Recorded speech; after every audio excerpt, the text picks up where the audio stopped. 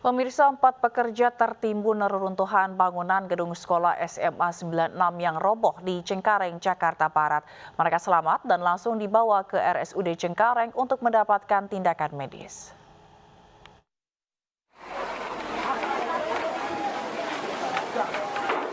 Petugas pemadam kebakaran melakukan evakuasi para pekerja korban robohnya bangunan gedung SMA 96 Cengkareng, Jakarta Barat yang tengah dalam tahap renovasi. Sebanyak 4 pekerja selamat setelah dievakuasi dari dalam reruntuhan material bangunan yang roboh. Proses renovasi total sekolah SMA 96 Cengkareng, Jakarta Barat ini sudah dilakukan sejak September 2021. Renovasi total ini dilakukan untuk mengubah SMA 96 menjadi sekolah bertaraf green building. Saat kejadian, para guru dan staf sekolah tidak ada di lokasi karena kegiatan belajar mengajar dipindahkan sementara ke SMK Negeri 73. Kalau siswa pindah itu dari bulan Mei ya pindahnya ke sana kan kebetulan saya baru dari September. Saya baru datang ke September. Bangunan dimulai dari September 1 September. Bangunan dimulai pengerjaan dari bulan 1 September tahun 2021. Sementara siswanya dipindahin di SMK 73 dari bulan Mei. Jadi sudah lama. Jadi tidak ada siswa di pasir. Tidak ada siswa, tidak ada guru karena pastikan tidak ada. Dalam peristiwa ini, setidaknya 7 orang pekerja menjadi korban. 4 diantaranya sempat tertimbun reruntuhan material bangunan dan berhasil selamat. Sedangkan 3 lainnya hanya mengalami shock dan luka ringan. Dari Jakarta, Miftahul Gani, iNews melaporkan. Banjir yang melanda kota Palangkaraya, Kalimantan Tengah belum juga surut. Sebagian warga memilih untuk tetap bertahan dan petugas akhirnya harus mengevakuasi bayi berusia 3 bulan dan orang tuanya yang terjebak banjir.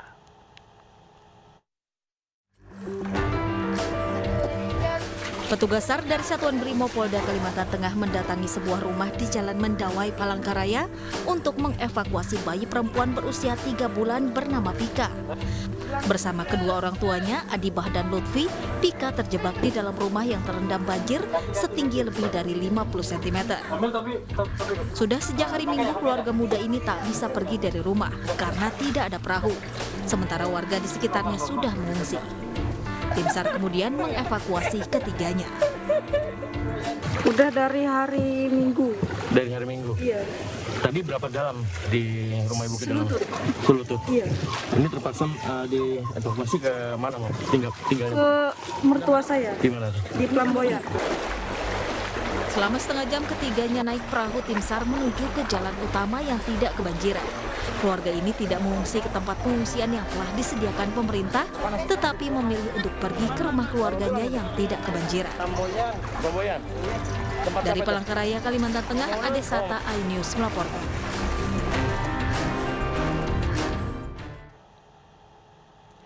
Hari ketiga pencarian kemarin, tim SAR gabungan berhasil menemukan korban tertimbun talut Sungai Ambrol di Karanganyar, Jawa Tengah. Jenazah korban ditemukan dalam kondisi berdiri terkubur material longsor.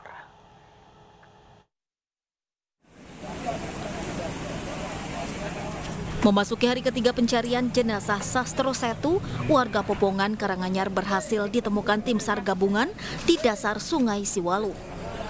Jenazah korban ditemukan dalam kondisi berdiri, tertimbun material longsor.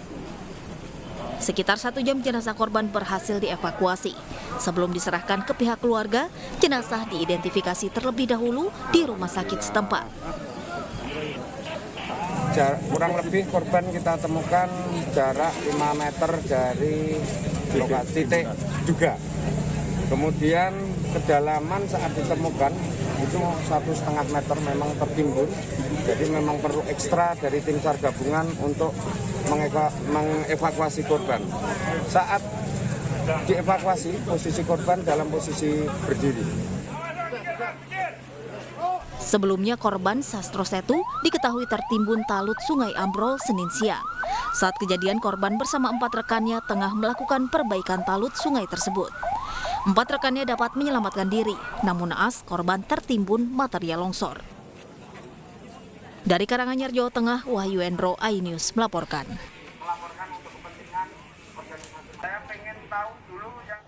Banjir mengepung permukiman di Kecamatan Matangkuli, Kabupaten Aceh Utara, Aceh. Banjir terjadi akibat meluapnya Sungai Kerung Keruto.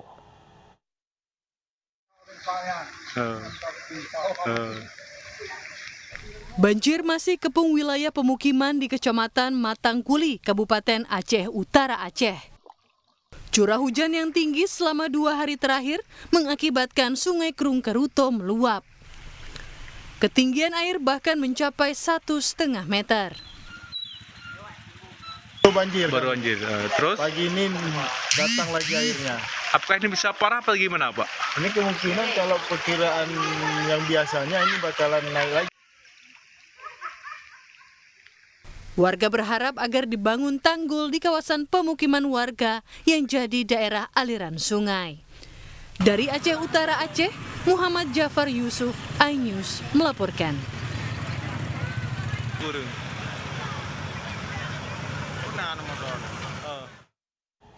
Sementara itu, hujan deras di Cilacap, Jawa Tengah membuat tanggul Sungai Cikaung jebol. Luapan air sungai merendam 4 desa dengan ketinggian mencapai 70 cm.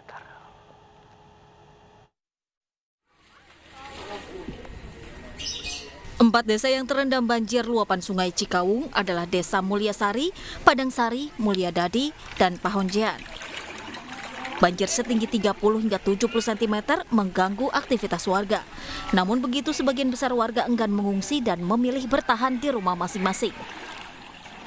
Ini intensitas curah hujan yang meninggi dan puncaknya kemarin pada sore hari kemarin hujannya luapan air dari tanggul yang jebol di wilayah Kecamatan Cimanggu sehingga berdampak pada desa-desa yang ada di Kecamatan Majenang, terutama di 4 desa, yaitu Desa Padangsari, Mulyasari, Mulyadadi, dan Pahonjean.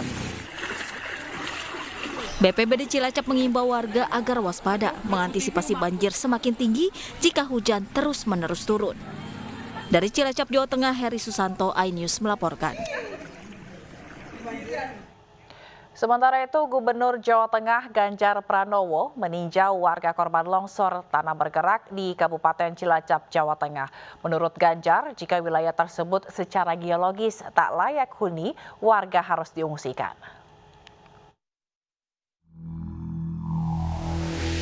Gubernur Jawa Tengah Ganjar Pranowo kemarin meninjau Desa Karanggintung, Kecamatan Gandrung Mangu, Kabupaten Cilacap yang terkena longsor akibat tanah bergerak. Ganjar meninjau rumah warga yang rusak dan bertemu dengan warga yang memilih bertahan. Demi keselamatan, Ganjar minta warga untuk mengungsi. Sekitar 28 rumah rusak akibat longsor tanah bergerak. Namanya pemerintah daerah ya, dari Pemkab sudah, camat juga sudah ngecek, dari BPBD juga sudah. Jadi kalau dari sisi geologisnya ini nggak memenuhi syarat. Dan pergerakannya ternyata sudah sejak Mei ya Pak ya? Mei, dan ini bergerak lagi. Tapi tadi indikasinya ada pengaruh dari cuaca. Maka ya suka tidak suka, mau tidak mau harus mereka mengungsi dulu. Ganjar menambahkan sudah berkoordinasi dengan Pemkab Cilacap dan BPBD untuk mengantisipasi bencana alam seiring masuknya musim penghujan. Harus dilakukan langkah-langkah antisipasi agar tidak menimbulkan korban lebih banyak. Dari Kabupaten Cilacap, Jawa Tengah, tim liputan iNews melaporkan. Air bah yang terjadi usai hujan deras melanda kawasan Gunung Bromo. Di Pasuruan, Jawa Timur, longsor terjadi di jalan raya menuju Gunung Bromo.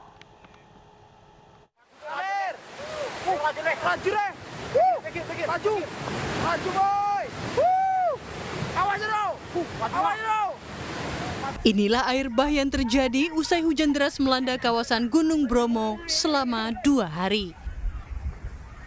Akibat terjangan air bah ini, jembatan rusak dan sejumlah kawasan di sekitar Gunung Bromo longsor. Usai kejadian, warga bekerja sama dengan TNI Polri bergotong royong membersihkan material longsor. Warga berharap jembatan yang rusak segera diperbaiki pemerintah setempat karena termasuk dalam infrastruktur vital. Sebelumnya, Selasa kemarin, longsor terjadi di Jalan Raya Gunung Bromo, tepatnya di Desa Baledono, Kecamatan Tosari, Kabupaten Pasuruan, Jawa Timur. Meski dengan panjang 30 meter dan lebar 3 meter, sementara ketinggian tebing 15 meter, jalan nyaris terisolasi. Bahkan aspal retak akibat kuatnya gerusan air. Untuk menghindari hal yang tidak diinginkan, warga memberlakukan kontraflow untuk pengendara roda 2 dan 4. Tim Liputan iNews melaporkan. Kita kembali ke Ibu Kota, pemirsa. Presiden Jokowi menjajal mobil listrik di Gaikindo Indonesia International Motor Show atau GIIAS di Tangerang, Banten. Presiden menyampaikan pentingnya ekosistem mobil listrik yang rendah emisi dan ramah lingkungan.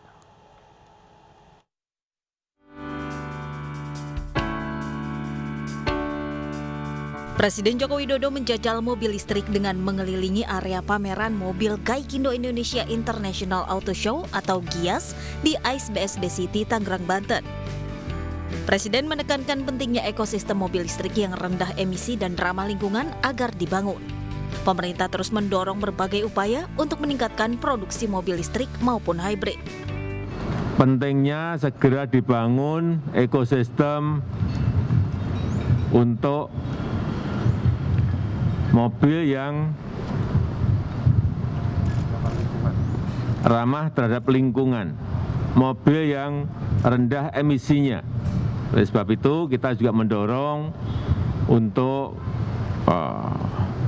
produksi mobil listrik, produksi mobil hybrid, tetapi sekali lagi yang semuanya harus ramah lingkungan. Presiden juga menyampaikan relaksasi pajak pertambahan nilai atas barang mewah (PPNBM) untuk industri otomotif telah mampu mendongkrak penjualan dan produksi di sektor otomotif hingga 60%. Dari Kabupaten Tangerang, Banten, Gilang Praditya, iNews melaporkan. Untuk mencapai percepatan transformasi digital nasional dibutuhkan keselarasan regulasi antara kewenangan pusat dan daerah. Pemerintah pun mengkaji ulang peraturan daerah yang menghambat percepatan transformasi digital nasional ini.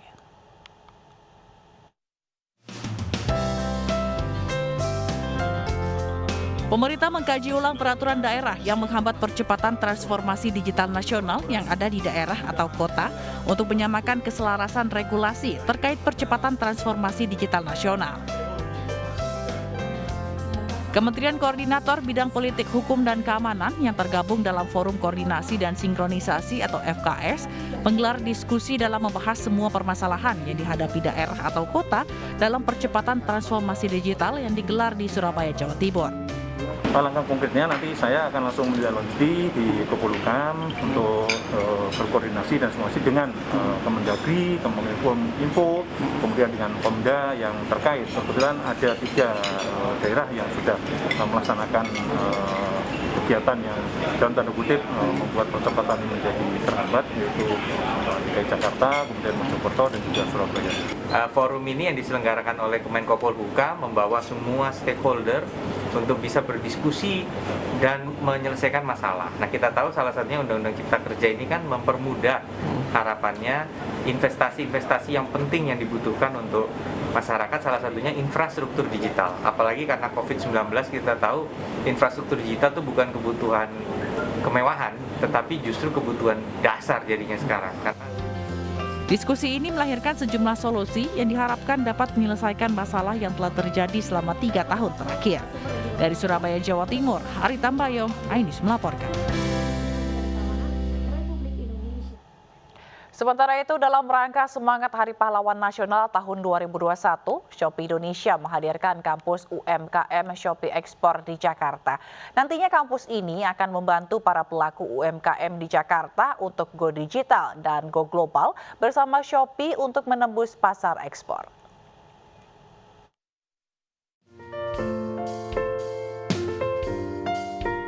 Shopee Indonesia meresmikan kampus UMKM Shopee yang keempat di Gedung Pakuwon, Jakarta Selatan.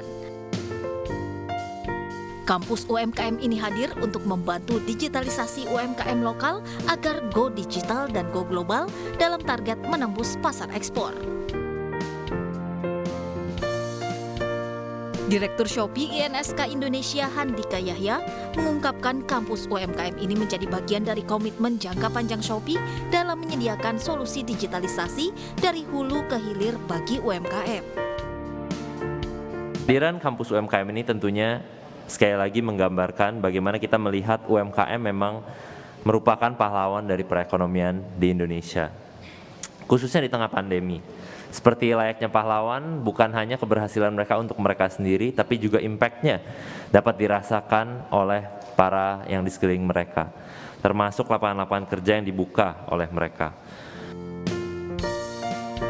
Kepala Dinas Perindustrian Perdagangan Koperasi Usaha Kecil dan Menengah Elizabeth Ratu Rantealo mengapresiasi langkah Shopee dalam mendukung pelaku UMKM di Jakarta.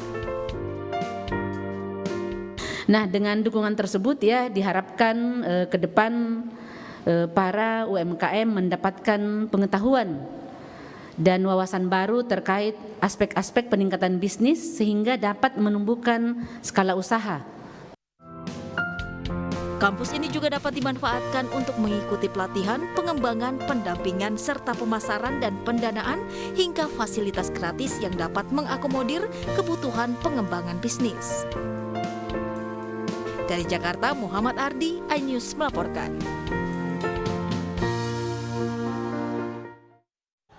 Kemenparekraf terus mendorong pelaku ekonomi kreatif untuk bangkit di tengah pandemi COVID-19. Salah satunya melalui workshop pengembangan kabupaten kota kreatif yang digelar di berbagai daerah.